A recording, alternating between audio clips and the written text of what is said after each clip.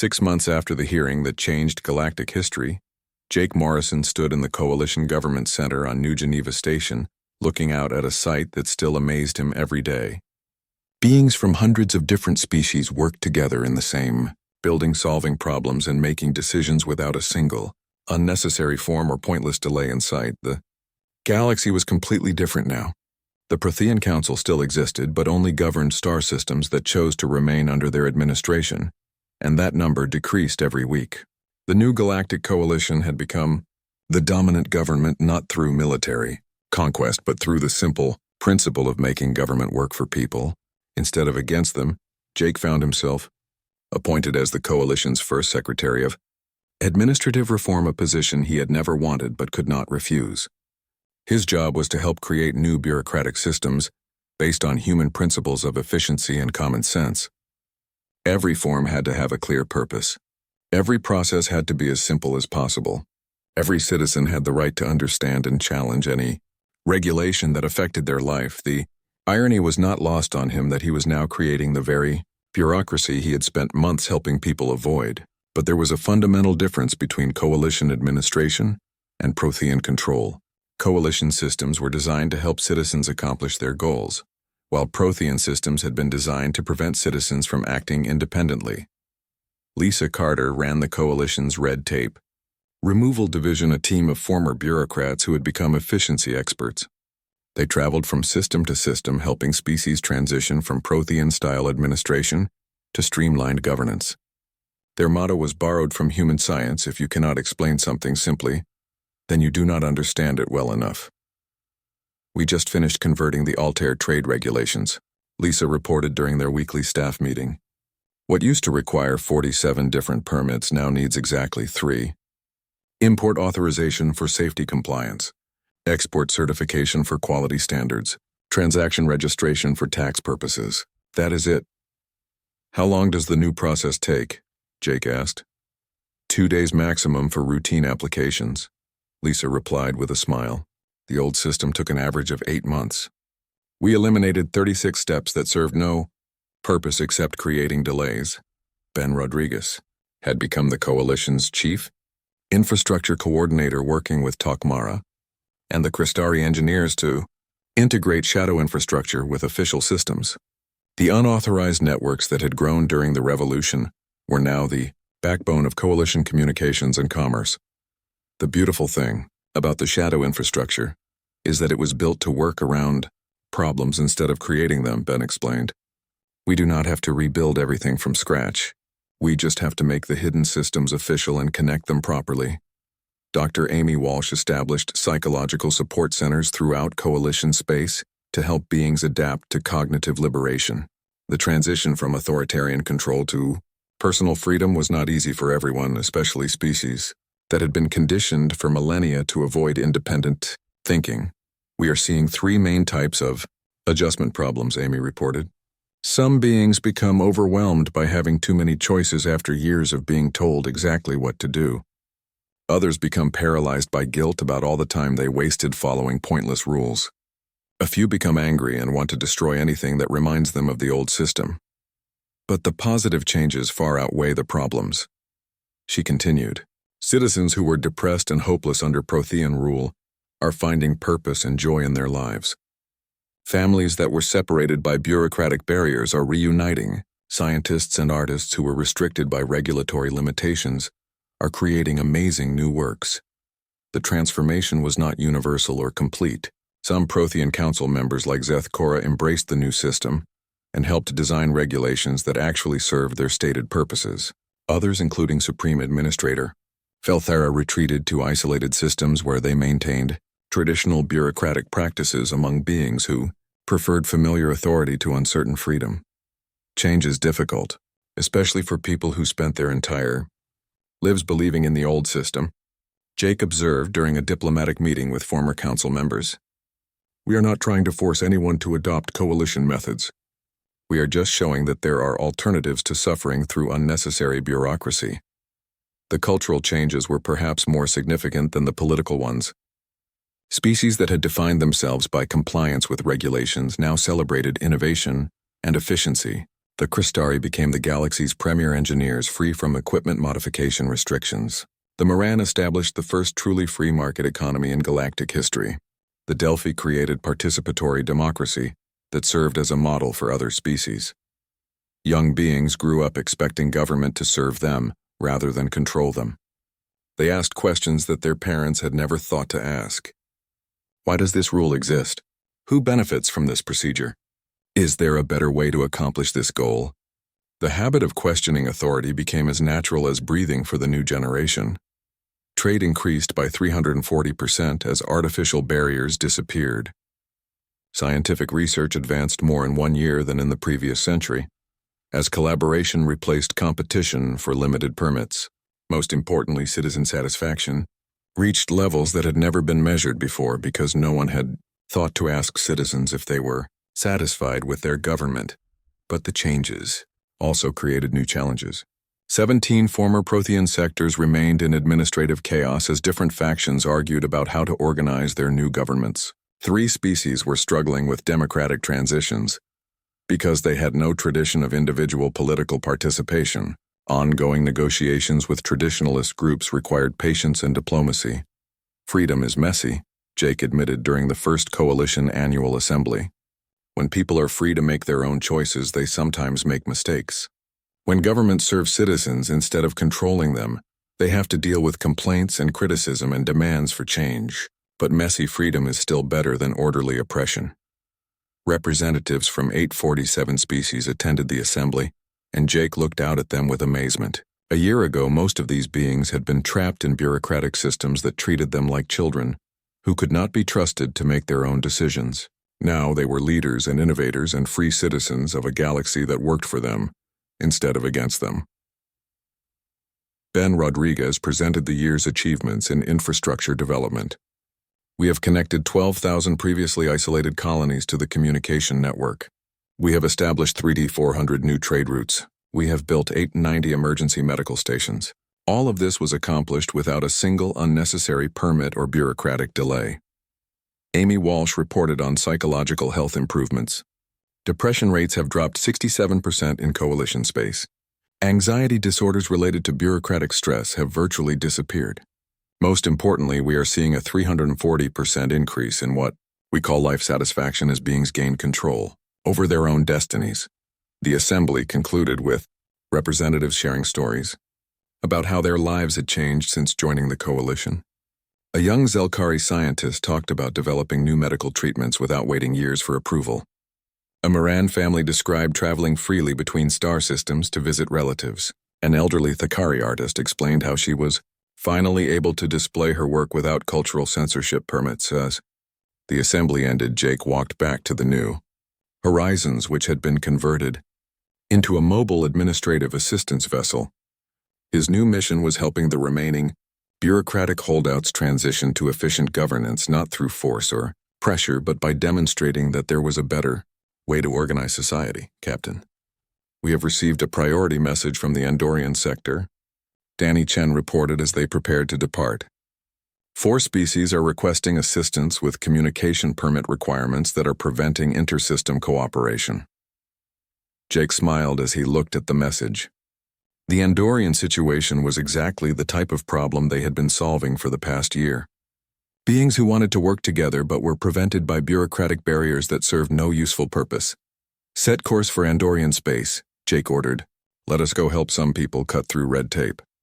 As the ship entered hyperspace, Jake recorded his final log entry for the mission that had accidentally changed the galaxy. We never intended to collapse a 3,000-year-old government. We just wanted to help people who were suffering because of pointless bureaucratic delays. It turns out that sometimes the most profound revolutions begin with simple acts of human decency. We have learned that authority must earn legitimacy through service, not claim it through tradition. We have discovered that efficiency and compassion are more powerful than fear and control. Most importantly, we have proven that ordinary beings have the right and the ability to think for themselves. The message arrived as they traveled through hyperspace, a transmission from an unexplored galaxy beyond the rim. We have heard of your coalition's efficient governance.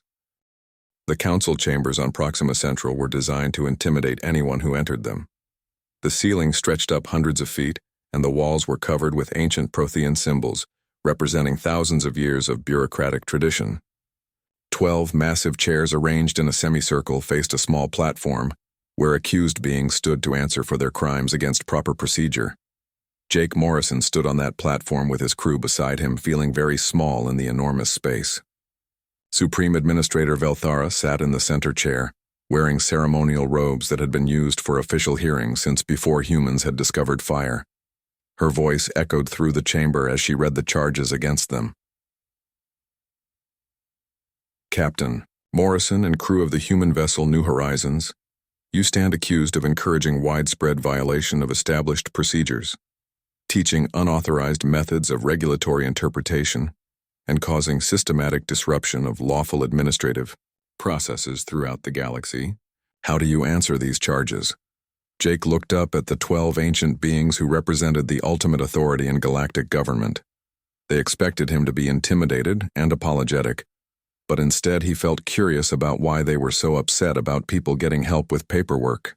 We answer that we helped citizens navigate regulations that were preventing them from living normal lives, Jake replied clearly. We taught them to read rules carefully and think creatively about solutions. If that is a crime, then we are guilty, but we do not understand why helping people should be illegal. Council member Zeth Cora leaned forward in his chair. You violated Regulation 445.7c regarding unauthorized assistance to alien civilians. You interfered with official administrative processes. You encouraged disrespect for legitimate authority. Lisa Carter stepped forward holding a datapad. Regulation 445.7c prohibits providing false information to government officials or forging official documents, she said calmly. We never did either of those things. We helped people understand what the regulations actually said and find legal ways to accomplish their goals. That is not the proper interpretation of that regulation, Zeth Cora insisted. According to subsection 12, any citizen has the right to seek assistance interpreting complex legal language, Lisa replied. According to subsection 18, any person with relevant knowledge may provide such assistance without special authorization. According to subsection 23, creative interpretation of regulations is specifically protected as long as it does not violate the stated intent of the law. The council members looked uncomfortable as Lisa cited specific parts of their own regulations. They had written those laws centuries ago, but they had never expected anyone to read them so carefully or use them so effectively. Ben Rodriguez spoke up next. You also charged us with interfering with administrative processes, but Form 78 Delta, which you used to document this violation, does not comply with Format Standard 12. 3. The font size is wrong. The margins are incorrect and the signature line is missing required validation codes. Those are minor technical errors, Velthara said dismissively. According to Administrative Code Section 91, any form that does not meet format standards is invalid and cannot be used as evidence in official proceedings. Ben replied, if minor technical errors do not matter, then why do citizens get their applications rejected for the same types of mistakes? The hearing was not going as the council had planned. They had expected to quickly establish human guilt and issue stern warnings about proper behavior, but instead they were being lectured about their own regulations by beings who understood bureaucratic law better than they did. The situation became worse when alien witnesses arrived to testify. Vex Thul, the Zelkari merchant, took the witness platform and explained how human techniques had transformed his business and allowed him to provide medical supplies to colonies that had been suffering without treatment for months. The humans did not tell me to break any laws, Vex Thul testified. They showed me how to read the laws carefully and find pathways that were already there but hidden by complicated language and confusing procedures. Because of their help, I have saved thousands of lives that would have been lost to bureaucratic delays. Kelnorn testified about reforming administrative processes from within the system. He presented statistics showing that his office had processed more applications in recent months than in the previous 5 years while maintaining higher accuracy and citizen satisfaction ratings. The humans taught me that the purpose of government is to serve people, not to control them, Kelnorn explained. When I started following that principle, my job became easier, my citizens became happier, and the system worked better for everyone involved. The most damaging testimony came from Serenity, who presented a philosophical argument that challenged the very foundation of bureaucratic authority. Using logic and reason, she demonstrated that the current system was based on assumptions that could not be rationally defended. Authority must be earned through service, not claimed through tradition, Sorrenti argued. A government that makes citizens suffer for its own convenience has no legitimate claim to power. The humans have shown us that we do not have to accept inefficiency and injustice just because they are old. During the testimony, reports continued arriving from across the galaxy. The Outer Rim colonies had officially declared independence from Prothean oversight and established their own streamlined government. The Crystari shadow infrastructure was handling majority of interstellar commerce. Entire sectors were operating independently without council supervision. Supreme Administrator Velthera tried to restore order by issuing Directive Alpha 1 during the hearing. All human techniques were banned. All permits granted through irregular means were revoked. Any alien caught using human-taught methods would face severe penalties, including exile from civilized space. The directive backfired immediately when Kethvel, the Moran mathematician, presented a legal analysis showing that Directive Alpha 1 violated 17 different constitutional principles and could not be legally enforced. She had prepared the analysis in advance using algorithms that predicted exactly what the Council would try to do. Directive Alpha 1 exceeds emergency powers as defined in Constitutional Article 7. Kethvel announced from the gallery. It violates due process requirements under Article 12. It creates ex post facto punishment forbidden by Article 19. The directive is legally void, and any attempt to enforce it would constitute criminal abuse of authority. The chamber erupted in chaos as aliens throughout the gallery began citing other legal problems with the emergency directive. The Council had tried to use their ultimate authority to end the crisis, but instead, they had proven that they did not understand their own legal system well enough to use it effectively. Jake realized something important as he watched the ancient council members argue among themselves about how to respond to challenges they had never faced before. The bureaucracy was not just inefficient by accident, it had been deliberately designed to maintain Prothean control over other species. You never wanted the system to work efficiently, did you? Jake said loud enough for his voice to carry through the chamber. The complicated permits, the endless delays, the redundant departments. It was all designed to keep other species dependent on you. The chamber fell silent as beings throughout the galaxy considered this possibility. For 3,000 years they had assumed that bureaucratic inefficiency was just the price of maintaining order and stability. But what if it was actually a tool of oppression disguised as legitimate government? Council member Zeth Cora stood up angrily. How dare you question the wisdom of institutions that have maintained galactic peace for millennia? The bureaucracy exists to prevent chaos and conflict between species. Without proper oversight, civilization would collapse into barbarism.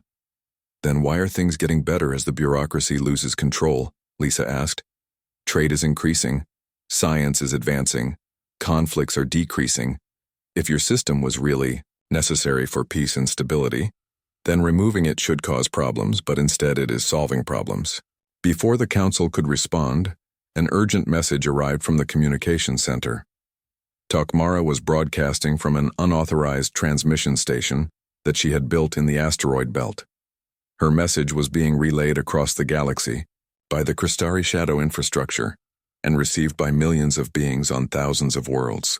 We call upon all free beings to reject the tyranny of paperwork, Takmara announced. For too long we have suffered under governments that serve themselves instead of serving us. Today we declare independence from systems that treat citizens as subjects and freedom as a privilege to be granted rather than a right to be respected. Effective immediately, we establish the new Galactic Coalition based on principles of efficiency, transparency, and respect for individual dignity. Any being who wishes to live free from bureaucratic oppression is welcome to join us. Any government that wishes to serve its people instead of controlling them is invited to reform itself according to these principles. The message continued with details about how the coalition would operate. Decisions would be made by representatives chosen by citizens rather than bureaucrats appointed by other bureaucrats. Regulations would be written in clear language that ordinary people could understand. As the New Horizons traveled through hyperspace toward Proxima Central for Jake's hearing with the Prothean Council, the effects of human teaching were spreading across the galaxy faster than anyone had imagined possible. What the humans had not expected was how quickly aliens would improve upon their methods once they understood the basic concepts of creative thinking and questioning authority.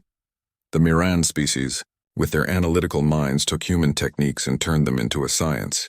A mathematician named Kethavel created algorithms that could analyze any regulation and find legal pathways through bureaucratic obstacles in minutes instead of months. Her computer programs identified loopholes that even humans had not thought of and mapped the most efficient routes through any administrative process. Kethavel's algorithms became legendary throughout Miran space. Traders who used to wait years for commercial permits were getting approved in days. Scientists who had been stuck in regulatory limbo for decades suddenly found ways to continue their research. The Miran economy grew by 400% in 6 months as artificial barriers to productivity simply vanished. The humans showed us that rules are just logical constructs. Kethavel explained in a broadcast to other Miran colonies. Once you understand that rules are made by people and can be changed by people, they lose their power to control you. My algorithms simply find the logical inconsistencies that human creativity identifies instinctively. Meanwhile, the Thakari administrators led by Kel Norn had formed a secret society called the Efficient Order. They met in hidden locations throughout the galaxy to share techniques for streamlining bureaucratic processes from within the system. What had started as individual acts of malicious compliance evolved into a coordinated effort to reform government from the inside. The Efficient Order developed a code of ethics based on human principles. Every regulation should have a clear purpose that benefits citizens. Every process should be as simple as possible while still achieving its goals. Every citizen should be able to understand and challenge any rule that affects them. Most importantly, no one should suffer unnecessarily because of administrative inefficiency. Kel Norn became a folk hero among government workers as stories spread about his office processing more applications in a week than some departments handled in a year. Other administrators started copying his methods, and the improvements cascaded through bureaucratic systems across multiple star systems. We took an oath to serve the people, Kel Norn reminded his fellow administrators during secret meetings. Humans have shown us that serving people means making government work for them, not against them. We have the power to eliminate suffering caused by red tape, and we have the moral obligation to use that power. The most unexpected development came from the Cristari engineers who had learned from Ben Rodriguez. They took the concept of accidental improvement and applied it to infrastructure on a massive scale. Led by Takamara, they began building what they called shadow infrastructure that operated outside official channels. The Cristari created unauthorized communication networks that connected planets without requiring permits for every transmission. They built trading posts at asteroid mining sites that processed goods without official oversight. They established repair stations along popular trade routes that fixed ships without the months of paperwork usually required for mechanical services. We are not breaking laws, Tokamara explained to concerned officials. We are performing maintenance on existing infrastructure, and the improvements just happen naturally as part of the work. If our maintenance accidentally creates new capabilities, that is not our fault. The shadow infrastructure grew rapidly because it solved real problems that the official bureaucracy ignored. Colonists on remote worlds could communicate with their families without waiting months for communication permits. Merchants could repair their ships quickly without losing cargo to spoilage. Researchers could share data between facilities without bureaucratic delays that slowed scientific progress. But perhaps the most profound change came from the peaceful Delphi species. Traditionally known for their patience and acceptance of authority, they began using their telepathic abilities to coordinate what became known as the Peaceful Revolution. Led by the philosopher Serenity, thousands of beings across multiple planets simply started ignoring bureaucratic requirements simultaneously. The Peaceful Revolution was not violent or angry. Delphi protesters did not shout or carry signs or make demands. They just went about their daily lives as if pointless regulations did not exist. They traded goods without permits. They traveled between planets without filing movement reports. They conducted research without seeking approval from academic oversight committees. We choose to live as if we are free, Sorrenti announced in a telepathic broadcast that reached Delphi across hundreds of star systems. We will not harm anyone or destroy anything, but we will also not pretend that arbitrary rules have power over our minds. Freedom is not something that bureaucrats can give us or take away. Freedom is something we choose for ourselves. The psychological effects of these changes surprised even Dr. Amy Walsh, who had started studying what she called cognitive liberation. Alien species that had been conditioned for millennia to accept authority without question were experiencing rapid mental transformations. Individuals who had never made independent decisions were suddenly taking charge of their own lives. But cognitive liberation came with challenges. Some aliens became overwhelmed by the sudden responsibility of making their own choices. Others became paralyzed by the realization that they had wasted years following pointless rules. Amy established support networks to help beings adapt to mental freedom, but the demand for help far exceeded what she could provide alone. We are seeing the psychological equivalent of a species-wide revolution, Amy reported to Jake during their daily communication sessions. Beings who thought they were powerless are discovering they have incredible abilities. The changes are happening faster than anyone can process them. Meanwhile, the bureaucracy itself was beginning to crack under pressure. Departments that had processed permits in orderly queues for thousands of years were suddenly flooded with creative interpretations of regulations. Clerks trained to follow simple procedures were receiving applications that technically complied with rules but achieved results. The rules were supposed to prevent the Prothean. Council issued emergency protocols designed to restore order, but these new regulations were immediately exploited by aliens who now understood that emergency powers created even more loopholes than normal procedures. Every attempt to tighten control only created new opportunities for creative compliance. Reports flooded into Proxima Central from across the galaxy. The Outer Rim colonies had declared administrative independence not through military rebellion, but by simply creating their own efficient governing systems. The Crystari shadow infrastructure was handling more commerce than official trade routes. The Myron algorithms had identified so many regulatory contradictions that entire legal codes were being rewritten. Most disturbing to the Council was the spreading influence of human philosophy. Aliens were not just learning human techniques, they were adopting human values. They were beginning to believe that governments should serve citizens rather than control them. They were starting to think that individuals had rights that no authority could legitimately violate.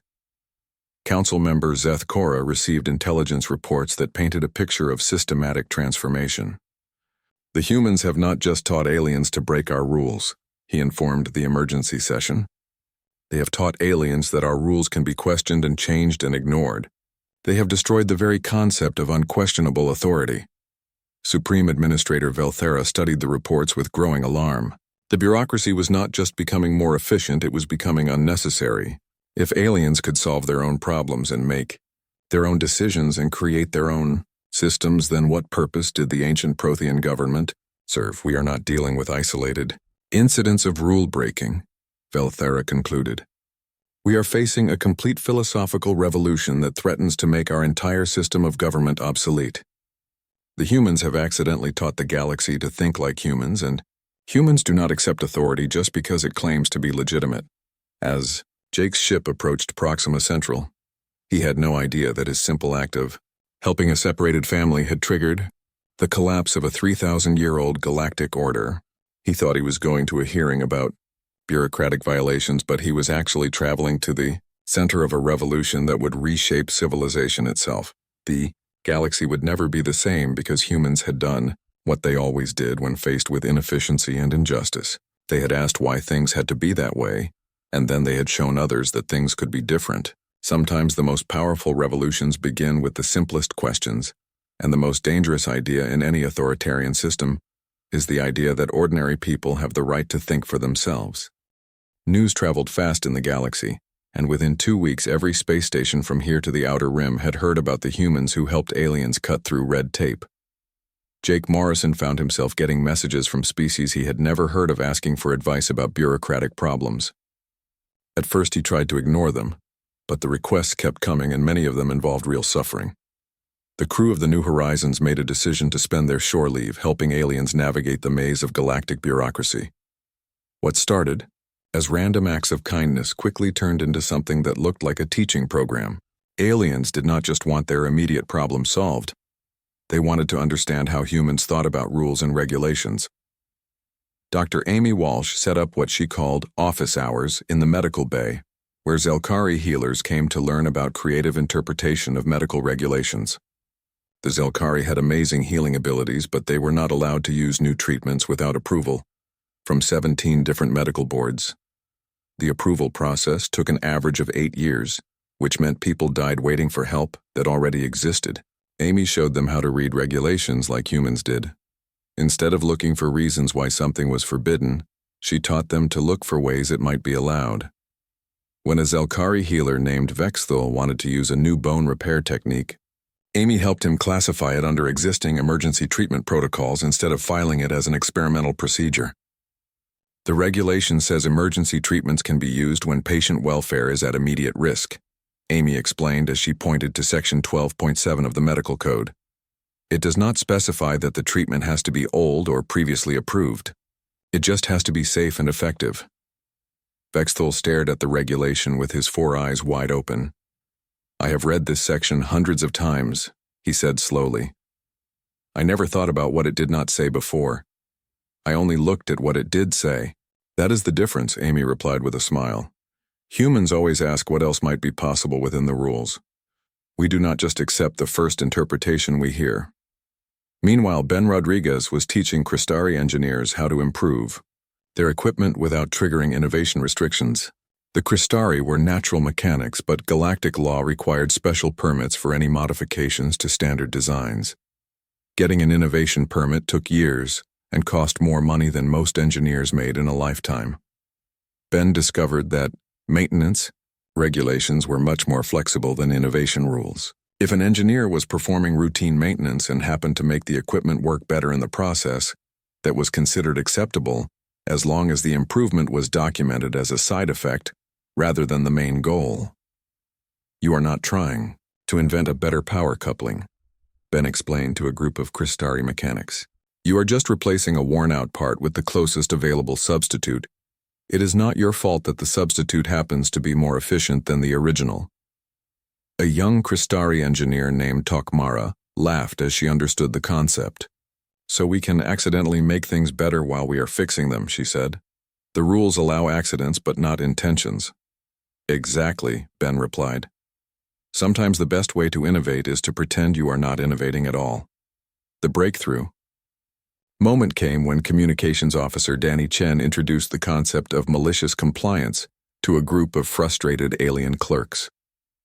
Danny had been watching the permit offices and noticed that most of the delays were caused by clerks who were afraid to make decisions. They would rather send applications back for minor corrections than risk approving something incorrectly. Danny gathered clerks from several different species and taught them how to follow rules so precisely that the system's flaws became obvious to everyone. When someone submitted a form with a tiny error instead of rejecting it outright, the clerks learned to approve it using emergency correction procedures. When departments tried to pass work back and forth, the clerks learned to invoke resolution protocols that forced quick decisions. A Thakari administrator named Kelnorn became the star student of malicious compliance. His office had been notorious for losing paperwork and creating delays, but within a week of learning human techniques, he was processing applications faster than anyone in galactic history. He did this by following every single rule exactly as written, including the ones that most bureaucrats ignored.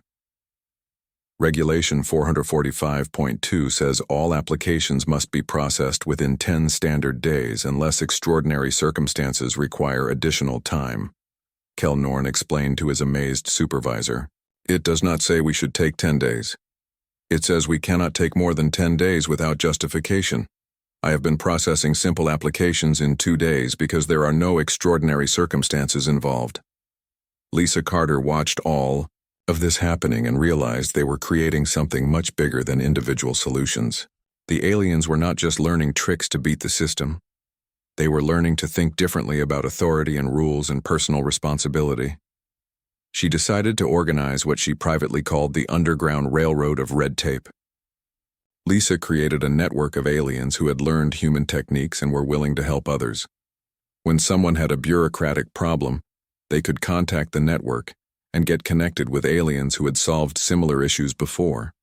The HFY network shared information about which clerks were helpful, which departments processed applications quickly, and which regulations could be interpreted creatively. The network grew rapidly because aliens discovered that helping each other was more effective than working alone. A Delphi philosopher named Sorrenti joined the network and brought the telepathic abilities of her species.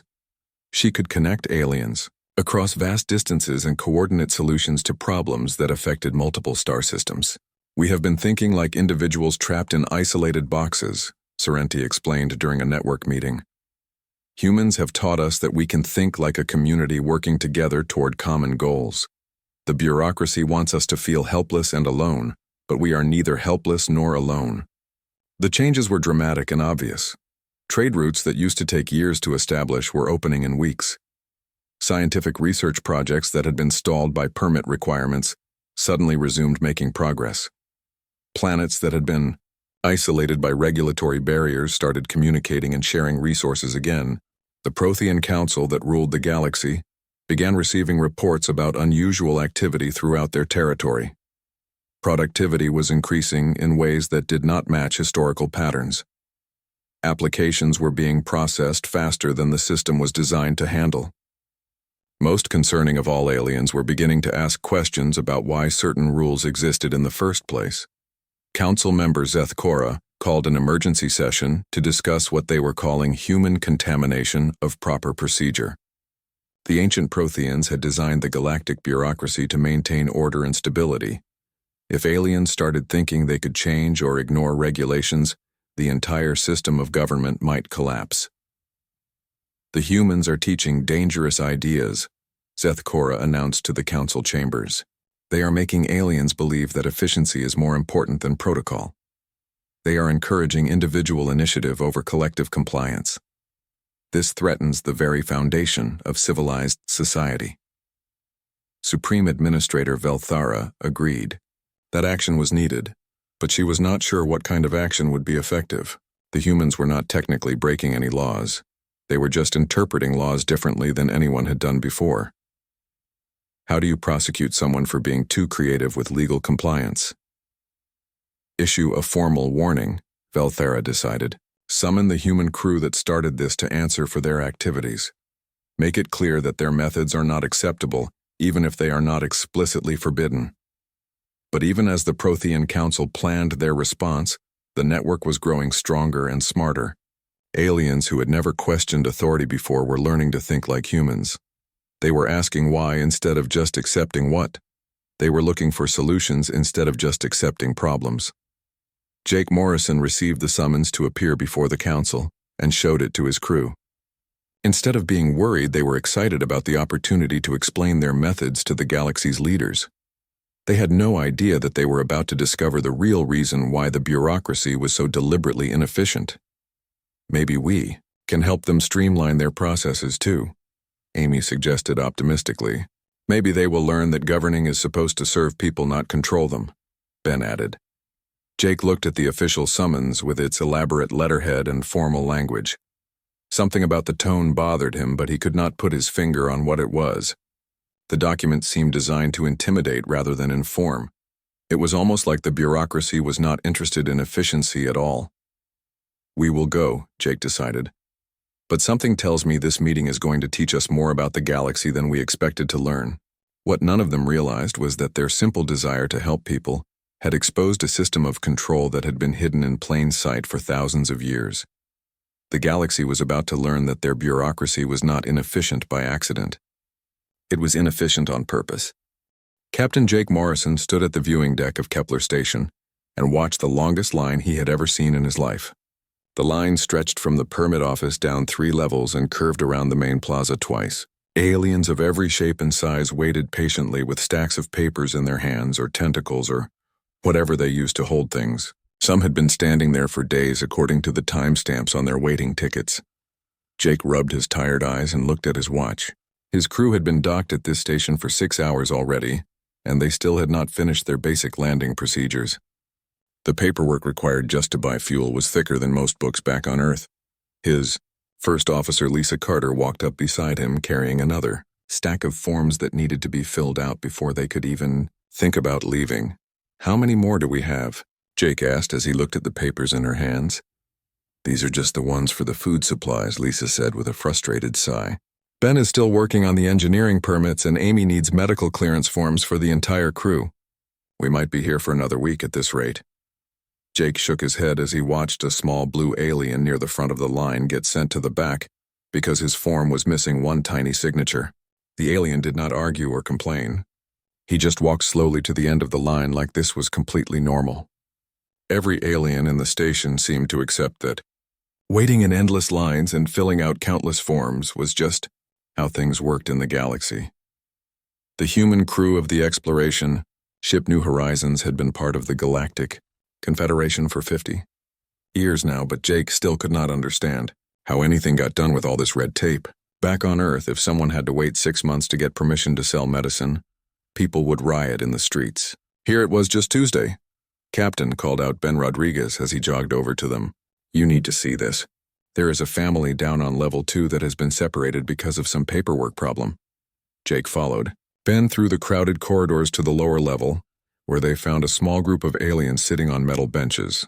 The family was from the Miran species and they looked like tall, thin humans with silver skin and large, dark eyes. 2 adults sat on one side while a young child sat alone on the other side about 10 feet away.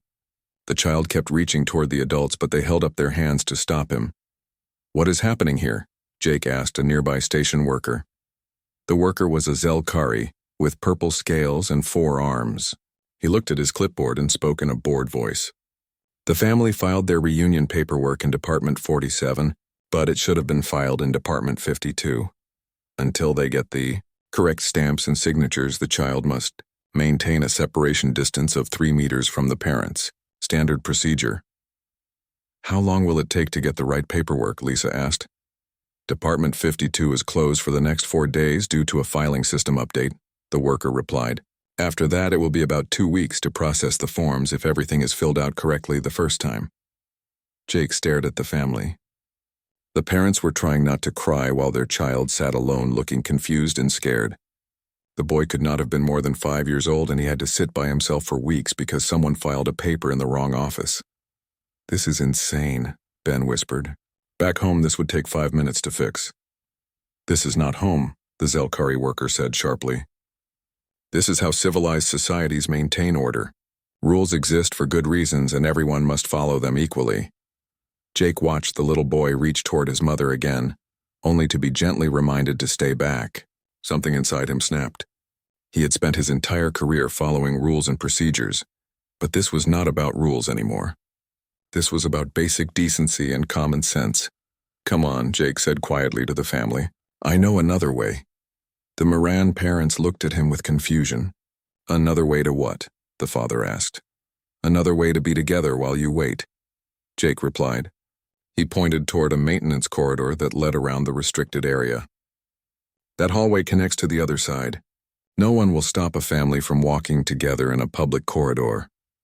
The station worker stepped forward. "Wait, you cannot do that. There are procedures that must be followed. The separation order clearly states—" "The separation order applies to this specific area," Jake interrupted. "It does not apply to the entire station. They can be together anywhere else." The Zelkari looked at his clipboard with confusion. He had never thought about it that way before. The rules said the family had to be separated in the waiting area, but technically they did not say anything about other parts of the station. Jake helped the family gather their belongings and led them through the maintenance corridor to a small cafe on the other side of the restricted zone. The little boy ran into his parents' arms and they held him tight while tears of relief rolled down their silver faces. "How did you know that would work?" the mother asked. "Jake, sometimes you just have to think about what the rules actually say instead of what people think they say." Jake replied with a smile. Word of what happened spread quickly through the station. Other aliens began approaching Jake and his crew asking for help with their own paperwork problems. Most of the issues seemed impossible to solve, but Jake noticed something interesting. Every problem had at least one solution if you looked at the rules from a different angle. Crystari Merchant had been waiting 3 months for permission to repair his ship engine because the parts he needed were classified as weapons modifications. Jake read through the regulations and found that the same parts were legal if they were classified as safety upgrades instead. The merchant got his engine fixed that same day. An elderly Thakari woman had been denied medical treatment because her insurance forms were submitted in the wrong color ink.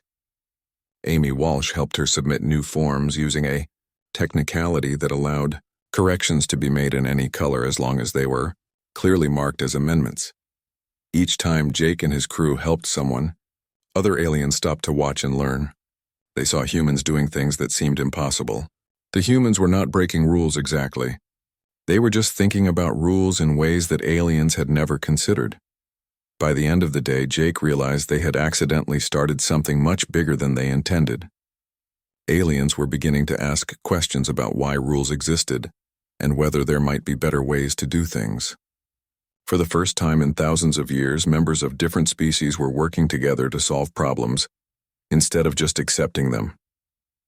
As the New Horizons finally got clearance to leave Kepler Station, Jake looked back at the permit office. The line was still there, but it was moving faster now. Aliens were helping each other fill out forms correctly the first time and sharing information about which departments handled which types of requests. "Do you think we just changed something important?" Lisa asked as they walked back to their ship. Jake thought about the little Moran boy who was now sleeping peacefully with his parents instead of alone on a metal bench.